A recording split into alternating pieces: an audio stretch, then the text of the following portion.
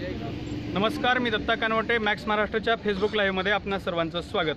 मित्रहो, मी सध्या सिंदखेड राजा इथं आहे. उद्या 12 जानेवारी अर्थात राजमाता जिजाऊ यांचा जन्मदिवस आहे आणि त्यानिमित्ताने या ठिकाणी जिजाऊ जन्मोत्सवाचा मोठा सोहळा साजरा होतो आहे आणि त्यासाठी गंगाधर बनबरे सरसुद्धा या सोहळ्याला सहभागी होण्यासाठी सिंदखेड राजाला आलेले आहेत आणि ते आत्ता सध्या आपल्याबरोबर आहेत. आपण त्यांच्याकडून जाणून घेणार आहोत की जिजाऊंची ऐतिहासिक महती काय होती, सांस्कृतिक महत्त्व काय होतं आणि भविष्यात सिंदखेड राजा हे कसं राजकीय सत्ता केंद्र होऊ शकतं याबद्दल जाणून घेणार आहोत. सर, काय सांगाल, जिजाऊंचा ऐतिहासिक इतिहास काय होता आणि महत्त्व कसं होतं? जय जिजाऊ. जिजाऊ जन्मोत्सवाच्या पूर्वसंध्येला सर्व जिजाऊ भक्तांना मी हार्दिक सदिच्छा देतो. आज आपण सर्वजण या ठिकाणी आम्ही सिंदखेड राजा येथे जमलेले आहोत. माझ्यासोबत मराठा सेवा संघाचे अध्यक्ष विजय घोगरे साहेब, मधुकरराव मेहकरे साहेब, देवानंदजी कापसे शिवधर्म संसदेचे इतर सर्व पदाधिकारी आहेत. हे जिजाऊ सृष्टी आणि जिजाऊंचं जन्मस्थान याचं काय वेगळेपण आहे हे आपण थोडक्यात समजून घेऊया. राजमाता जिजाऊ यांचा जन्म 12 जानेवारी 1598 रोजी लखुजीराव राजे जाधव आणि म्हाळसा राणी यांच्या पोटी या सिंदखेड नगरीमध्ये झाला. लखुजीराव जाधवांची 4 मुलांच्या पाठीवर जन्माला आलेली एक दैदिप्यमान अशी कन्या होती. त्या काळामध्ये स्त्रीसत्ताक व्यवस्थेची पुनर्बांधणी करण्याचा एक विचार म्हाळसा राणी आणि लखुजीराव जाधव यांनी केला आणि ह्या बाल जिजाऊच्या रूपाने जी आद्यमात्रका निवृत्ती होती तिचं एक प्रतिरूप या सिंदखेड राजामध्ये जन्माला आलं आणि याच जिजाऊला लखुजीराव राजे जाधव आणि म्हाळसा राणीने ज्ञानाच्या क्षेत्रातलं, धर्माच्या क्षेत्रातलं, युद्ध क्षेत्रातलं, विविध कला, क्रीडा या सर्व क्षेत्रामध्ये या जिजाऊला अत्यंत दैदिप्यमान अशा प्रकारचे संस्कार या मातापित्यांनी केले. पुढे शहाजीराजांबरोबर जिजाऊंचा विवाह झाला आणि आपल्याला माहिती आहे जग सारं ज्यांच्या समोर नतमस्तक झाले असे छत्रपती शिवाजी महाराज या जिजाऊने घडवले. परंतु दुर्दैवाने बहुजन सकल समाजाचा समाज ज्या पद्धतीने डिस्ट्रॉईड करण्यात आला, ब्राह्मणी व्यवस्थेत नेस्तनाबूत करण्यात आला, तसंच काहींचं जिजाऊचं झालं. जिजाऊ म्हणजे काय तर फक्त शिवाजी महाराजांच्या मातोश्री एवढाच इतिहास आपल्याला माहिती होता. परंतु मराठा सेवा संघाने 1990ला पुरुषोत्तम खेडेकर साहेबांनी मराठा सेवा संघाची स्थापना केली आणि मराठा सेवा संघाने पहिल्यांदा हे ठरवलं की जे मातृस्थान सर्व जगाला ऊर्जा देऊ शकतं ते आता अधिकार वंचित क्षेत्रामध्ये पडलेलं आहे आणि म्हणून ह्या मातृस्थानाची महती जोपर्यंत भारतीय बहुजन समाजाला समजणार नाही, कुणब्या मराठ्यांना समजणार नाही, तोपर्यंत नव्या पिढीला प्रेरणा मिळणार नाही. म्हणून खेडेकर साहेबांनी जाणीवपूर्वक हे जिजाऊंचं जन्मस्थान, जिथे जिजाऊंचा जन्म झाला तो लखुजीराव राजे जाधव यांचा वाडा पुरातत्व खात्यांच्या ताब्यामध्ये होता आणि तितकी चांगली परिस्थिती ह्या वाड्याची नव्हती. तिथे विविध जनावरं फिरायची, अत्यंत दुरावस्था या वाड्याची झालेली होती आणि एक अत्यंत चुकीचा फलक पुरातत्व खात्याने जिजाऊंची बदनामी करणारा त्या ठिकाणी लावलेला होता. खेडेकर साहेबांनी 1993ला पहिला जिजाऊ जन्मोत्सव वाड्यावर सुरू केला सिंदखेड राजाला. तो जो काही बदनामीकारक मजकूर लावलेला होता पुरातत्व खात्याने तो बदलायला लावला. 1993 पासून जिजाऊंचा जन्मोत्सव आम्ही या ठिकाणी साजरा करतो. जिजाऊंचं चित्र या देशामध्ये उपलब्ध नव्हतं.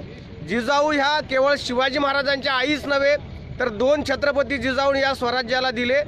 12 जानेवारी 1598 ते 17 जून 1676 असा 76 वर्षाचा जीवन प्रवास जिजाऊंचा आहे. त्यांचा मराठवाड्यामध्ये विवाह शहाजीराजांबरोबर झाला आणि पुण्याला त्यांनी स्वतःचं साम्राज्य 12 वर्षाच्या शिवाजीराजांना घेऊन निर्माण केलं. शहाजीराजांनी बेंगलोरला स्वतःचं वेगळं राज्य निर्माण केलं. अशा ह्या दैदिप्यमान जिजाऊ केवळ शिवाजीच्या आई नव्हे तर सबंध मातृशक्तीचं एक सर्वोच्च दैवत म्हणून आम्ही जिजाऊंकडे बघतो. जिजाऊने जे काम केलेलं आहे हे काम लोकांना माहिती नव्हतं. मराठा सेवा संघाने पहिल्यांदा हे ठरवलं, इथं जिजाऊ जन्मोत्सव सुरू केला, वाड्याची दुरुस्ती केली, पुरातत्व विभागाचा पाठपुरावा केला आणि लाखो लोक खऱ्या अर्थानं जिजाऊच्या राजवाड्यावर जमायला लागले.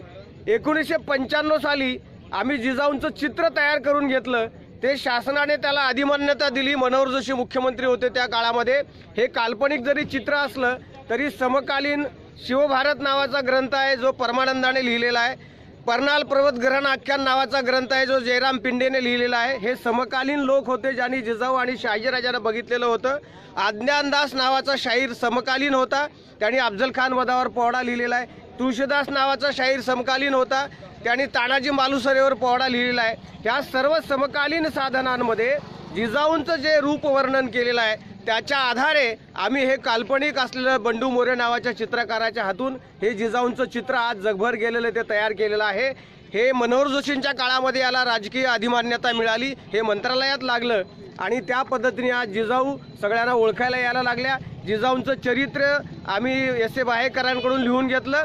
त्यापूर्वी महाराष्ट्राचे पहिले महाराष्ट्राचे बहुजन समाजातले बेलदार समाजातले मुख्यमंत्री मासा कन्नमवार साहेब 1960 साली पहिल्यांदा सिंदखेड राजाला आले आणि 1963 साली त्यांनी जिजाऊवरचं मराठी भाषेतलं पहिलं चरित्र लिहिलं आणि मुख्यमंत्री असताना या सिंदखेड राजाला प्रकाशित केलं। परंतु दुर्दैवाने नंतर कोणत्याही मुख्यमंत्र्याला याची जाणीव राहिलेली नाही। त्याला मराठा सेवा संघ आणि खेडेकर साहेबांचा जन्म व्हावा लागला आणि ह्या जिजाऊ सर्वायवर झाल्या, सगळ्यांना माहिती झाल्या। जिजाऊंनी जे काही कार्यकर्तृत्व केलेलं आहे ते आज जगाच्या पुढे वेगवेगळ्या पद्धतीने येत आहे। हे सिंदखेड राजा मराठा सेवा संघाच्या माध्यमातून इथे आम्ही जिजाऊ सृष्टीचं निर्माण करत आहोत। 11,000 कोटीचा हा प्रोजेक्ट आहे। जगातलं एक बहुजनांचं ज्ञान केंद्र व्हावं अशी या ठिकाणी एक आता जागृती निर्माण झालेली आहे। आता राजवाड्यावर पुतळा उभा राहिलेला आहे। आम्ही या ठिकाणी जिजाऊ सृष्टी सेवा संघाच्या माध्यमातून उभे करत आहोत। इथे 15 ते 20 लाख लोक जगभरातून दर 12 जानेवारीला विना निमंत्रणाचे स्वखर्चाने या ठिकाणी येतात आणि खेडेकर साहेबांचे मराठा सेवा संघाचे पुरोगामी विचार घेऊन या ठिकाणून जातात। भविष्यातल्या राजकीय, सामाजिक आणि धार्मिक ध्रुवीकरणाला दिशा देणारं एक सर्वोच्च केंद्र म्हणून भविष्यामध्ये सिंदखेड राजा उदयाला येणार आहे। याच सिंदखेड राजामध्ये एक ऐतिहासिक धार्मिक घटना घडलेली आहे। 12 जानेवारी 2005 रोजी शिवधर्माचं प्रगटन या जिजाऊंच्या चरणाच्या ठिकाणी नतमस्तक होऊन करण्यात आलं। 15 लाख लोकांनी शिवधर्माची एकाच दिवशी दीक्षा घेतली आणि एक नवधर्माचं प्रज्वलन या जिजाऊंच्या विचार केंद्रातून झालेला आहे। तो एक धार्मिक लढा या ठिकाणी उभा राहिला आणि नवी राजकीय सत्ता ताब्यात घेण्याची घोषणा सुद्धा याच ठिकाणी खेडेकर साहेबांनी केलेली आहे। भविष्यामध्ये कुणबी, मराठा, संपूर्ण भारतातल्या शेतकरी जाती आणि बहुजन समाज यांना जोडणारा एक जागतिक परिवर्तन आणि प्रबोधनाचा मानवतावादी विचार पेरणारे केंद्र म्हणून हे जिजाऊचं ज्ञानपीठ निश्चितपणे विकसित होणार आहे। उद्यासुद्धा लाखो जिजाऊ भक्त या ठिकाणी येतील आणि विचाराची शिदोरी घेऊन इथून जातील। या विचार केंद्राचं एक वैशिष्ट्य असं आहे, किमान 5 कोटीच्या पुस्तकांची उलाढाल या ठिकाणी होते। 5 ते 6,000 वक्ते आम्ही भारतभर तयार केलेले आहेत।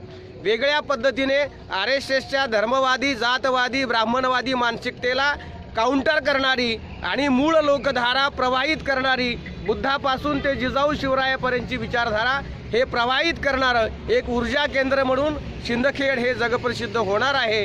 आणि या पद्धतीच्या शुभेच्छा आणि प्रेरणा घेऊन इथून लोक जातील आणि पुढील काळामध्ये बहुजन समाजाला एक वैज्ञानिक, सामाजिक, धार्मिक आणि राजकीय दिशा, एक शक्तीस्थळ म्हणून एक सिंदखेड राजा विकसित होत आहे। सर्वांना जिजाऊ जयंतीच्या शुभेच्छा देतो आणि आपल्या माध्यमातून बोलण्याची संधी दिली त्याबद्दल मॅक्स चॅनलला सुद्धा मी आपल्याला एक धन्यवाद देतो। म्हणजे बऱ्याच जणांना अपेक्षा आहे की उद्या जी संभाजी ब्रिगेड काहीतरी मोठी राजकीय घोषणा करणार आहे, त्या संदर्भातल्या काही शक्यता आहेत का? मराठा सेवा संघाने पंचसत्ता सांगितलेल्या आहेत, धर्मसत्ता, शिक्षण सत्ता, अर्थसत्ता, राजसत्ता आणि प्रचार प्रसार माध्यम सत्ता। लोकशाहीमध्ये राजसत्ता ही सर्वोच्च सत्ता आहे। विचाराची सत्ता की सत्तेचा विचार हा सातत्याने या देशामध्ये संघर्ष सुरू आहे। आम्हाला सत्तेचा विचार हुकुमशाहीकडे घेऊन जाणारा वाटतो, म्हणून शिवरायांच्या विचाराची सत्ता निर्माण करण्याकरता संभाजी ब्रिगेडने 2 वर्षापूर्वी राजकीय पक्षामध्ये याचं रूपांतरण केलेलं आहे। 9 डिसेंबरला 50 लाख तरुणांच्या निवडक उपस्थितीमध्ये मेळावा झाला औरंगाबादला आणि आता जी काही येणारी लोकसभाची निवडणूक आहे, विधानसभेची येणारी निवडणूक आहे, संभाजी ब्रिगेड राजकीय परिवर्तन 100% घडवणार। येणाऱ्या लोकसभा निवडणुकीमध्ये आम्ही काही समविचारी पक्षांबरोबर मतांचं विभाजन होऊ नये म्हणून चर्चा करत आहोत, प्रस्ताव दिलेला आहे। त्यांनी तो स्वीकारला नाही तर कोण मरतंय याच्याशी आम्हाला काही देणं नाही। आम्हाला उभं राहायचं आहे। आमचे प्रतिनिधी आम्ही 100% निवडून आणू। लोकसभेत, विधानसभेत आमच्या शिवराय शाहू फुले आंबेडकरांच्या विचाराच्या वारसदारांना पाठवणे हा आमचा अंतिम संघर्ष असेल आणि त्याचा एल्गार आम्ही उद्या पुकारणार आहे। लोकसभा आणि विधानसभेमध्ये निश्चित आमचा हस्तक्षेप असेल। आमच्या विचारधारेशिवाय सरकार बनवता येणार नाही अशा प्रकारची ताकद आम्ही संचित केलेली आहे आणि पुढचं काम त्या पद्धतीनं आमचं सुरू आहे। वंचित बहुजन आघाडीच्या संदर्भातली चर्चा होती सर, त्याबद्दल काय मत आहे? नाही, वंचित बहुजन आघाडी बरोबर अजून आमची कोणत्याही प्रकारची चर्चा झालेली नाही आहे। आम्ही पुरोगामी मतांचं विभाजन होऊ नये या मताचे आम्ही आहोत।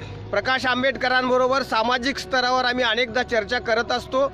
आमची इच्छा तीच आहे की ब्राह्मणी आयडिओलॉजी या देशातून नेस्तनाबूत झाली पाहिजे आणि बहुजनांचं खऱ्या अर्थानं शिवराय शाहू फुले आंबेडकरांना मानणाऱ्या लोकांची, संविधानाला मानणाऱ्या लोकांची राजसत्ता आली पाहिजे, असा आमचा वैचारिक संघर्ष आहे. परंतु सध्या आम्ही ह्या सगळ्या पुरोगामी लोकांना एकत्रित करण्याचा प्रयत्न करत आहोत.